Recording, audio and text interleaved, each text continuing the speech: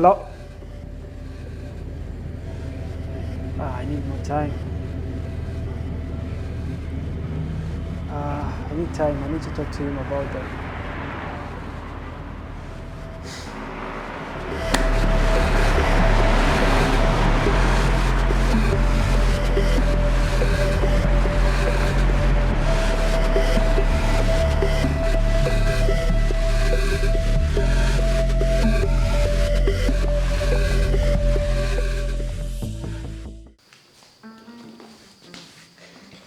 Hi guys, welcome back to the channel. As someone who is trying to learn how to make good videos, or as someone who is trying to get into an industry of people who are making amazing videos and people who are making amazing content and films, there is going to be a time when you need principles that are going to elevate you from one level to another. The first principle is mastering the basics and sticking to them. Learning shutter speed, ISO, and aperture is one thing, but sticking to these basic settings is something that is totally different. So many people know how to set a camera, so many people know the 360-degree rule while you're creating interviews or while you're making videos, but not everyone will stick to these basics. So you, as someone who is starting out in this industry, it is important that you learn these basics, but also you stick to these basics. As you keep on creating content and as you keep on creating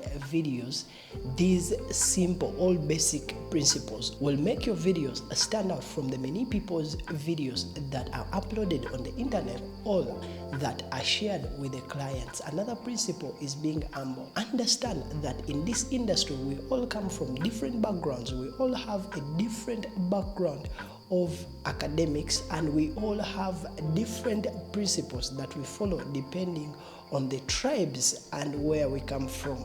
But being humble is one of the skills that so many creatives undermine, but it is going to elevate your career so fast in one way or the other. Small things like to communicate the right time when you're going to share the work with the client, to understand that you need to dress well when you're going for a shoot, and being in position to understand how you respond to people. These small things will make you a better person in this industry that you're venturing into. But also, how do you talk to your colleagues? How do you communicate to fellow creatives when you are in an environment that you're not used to? These small things will help people to know if they need you on the next shoot or they need to leave you out. So if you are trying to venture into this industry, try as much as possible that you stay humble, and like it or not, this will not leave you the same,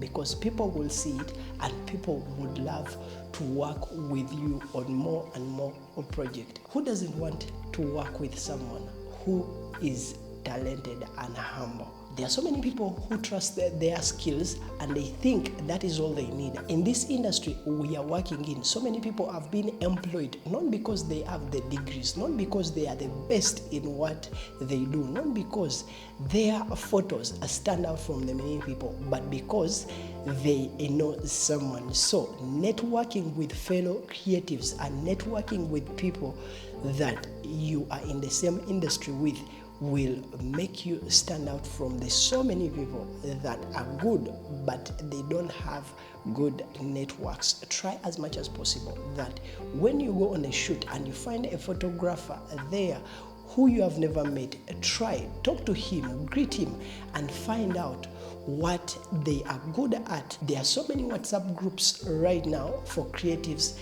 Look for them, join them, and while you're in that group, don't stay silent. Communicate, and also try to reach out to people. I'll give you an example. For me to work with iVillage, it wasn't just something that happened out of the blue. I was good, but yes, there were so many people who were better than me. But one thing I tried to do, I tried to reach out, and always I kept on sharing my work with them, and that is how the opportunity hit me. So for you, if you want to be better and if you like to get more opportunities in the work you do, try as much as possible that you network with fellow creatives. Communication is important. You as someone who is creating videos, you as someone who is learning how to make better videos, how to tell stories better, it is important you master the skill of communication. Now, when we talk about communication, some people think of good morning, good evening, good afternoon. That is not communication. You need to be a person who communicates to clients. When are you going to be on set? When are you going to be delivering the work? What time do you need? Or how much time do you need to edit their videos? Or how much time do you need to edit their photos? And how many photos will you be delivering to them or sending to them, so that they know that we paid this person this amount and this is what we are going to expect, and anything beyond that, this person won't be in position to deliver. Communication is very important. If you're working under an agency, communicate to your fellow colleagues. What don't you have? In case something gets spoiled, communicate to them there and then so that they know how to fix it, because with clear communication, people find out how they can support you. With clear communication, it is easy for people to defend you in case of challenges. If you are someone who is starting out in the video making industry or even in the creative industry, try as much as possible that you develop the communication skills. It is important that you learn to keep a time. And when I talk about keeping time, I also mean you learn to manage your time properly. There are so many people that you'll talk to, and for a fact, they know that photographers, videographers, they are never on time. They are never good with time. Even when it comes to delivering photos, photographers, videographers, the clients have to plead to you. So learn to keep time in everything you do as someone who is starting out, and this will put you above so many people that are not good when it comes to keeping time. And when I talk about keeping time, always be early on shoots and appointments. If your appointment is 1 hour ahead of you, try as much as possible. At least you have 30 minutes before the agreed time. This will help you to prepare well for that meeting. If you are going to shoot a video, this will help you to set up the equipment and the gadgets that you're going to use, and by the time the person you're going to shoot arrives or the person you're going to work with arrives, you are ready to go. So try as much as possible as someone who is starting out that you master the skill of keeping time, because it's better to be on location early rather than being late. One of the principles that has helped me to make amazing work is keeping it simple and clean. Despite the fact that we are living in a generation of social media where people are using all these transitions, people are using all these effects, clean work will still keep standing out. Just think of any movie that you have watched. When did you last watch a movie that has all these glitch effects all over the place? It is always about storytelling. So away from just trying to master these trending edits and hard edits, teach yourself how to do clean and simple work. Once you master the skill of delivering a clean work, people will like to work with you, because what that helps you to do is to deliver work fast, but also you develop a style that makes it easy for people who fall under that style, or for people who like that style will give you work. For people who have worked with corporate companies, know that corporate companies rarely go for those glitchy or for videos that have transitions all over the place. All they care about is storytelling and making sure that the message they are trying to pass out to their audiences reaches them. So you need to learn how to keep it simple and clean. Follow passion, not money. And by me saying follow or passion and not money, I don't mean that don't work for money or don't get paid for what you do. But once you put money first in everything you do, you will get lost along the way. You will not enjoy the journey of growth, and you will not put in so much time to learn, because your goal is just money. You'll be following money. But once it is something that you love, once it is something that you feel you're passionate at, you will push yourself to learn, you will push yourself to do work so well, you will push yourself to create videos that stand out from the videos that other people create. You will also push yourself to learn products that come out, like cameras, like microphone, and at the end of the day, you'll be in position to buy the right tools for the job. And like I said when I was starting on this point, this doesn't mean that you shouldn't be paid. Find out how you can work with good clients that will pay you good money, because at the end of the day, you'll need to buy better cameras, you'll need a better machine, you'll need better microphone and all the tools you'll need to make videos. But as you're doing that, try as much as possible that you put your passion first, like you love what you are doing. So many people know how to make good videos, but not everyone is good with sound design. That's the reason as why you find that there are people who have specialized in sound design. But as you're starting out, you'll not be in position to pay someone who does sound design for your projects, because the clients you're attracting don't pay that much. So try and teach yourself sound design. This is a skill that so many people undermine, but it will make your videos better. Despite all the fact that so many people make good videos with only visuals, but some people treasure videos with sound design, and sound design is a skill that will make your videos 10 times better than the normal videos that are not sound design. As you're learning these skills of making videos, as you're learning these skills of creating good stories, try and get time and learn sound design. It is easy right now because you can go on YouTube and watch tutorials that teach you how to sound design videos. And my biggest advice to people who learn from YouTube, once you watch a video, go and practice what you have learned rather than just watching videos again and again without practicing. So go on YouTube, type in sound design, and once you get the videos that are recommended, watch them one by one, and after watching every video, practice, and with time you will master the skill of sound design, and you'll see that the videos you have created without sound design will be not as good as the videos that are sound design. This is a true story about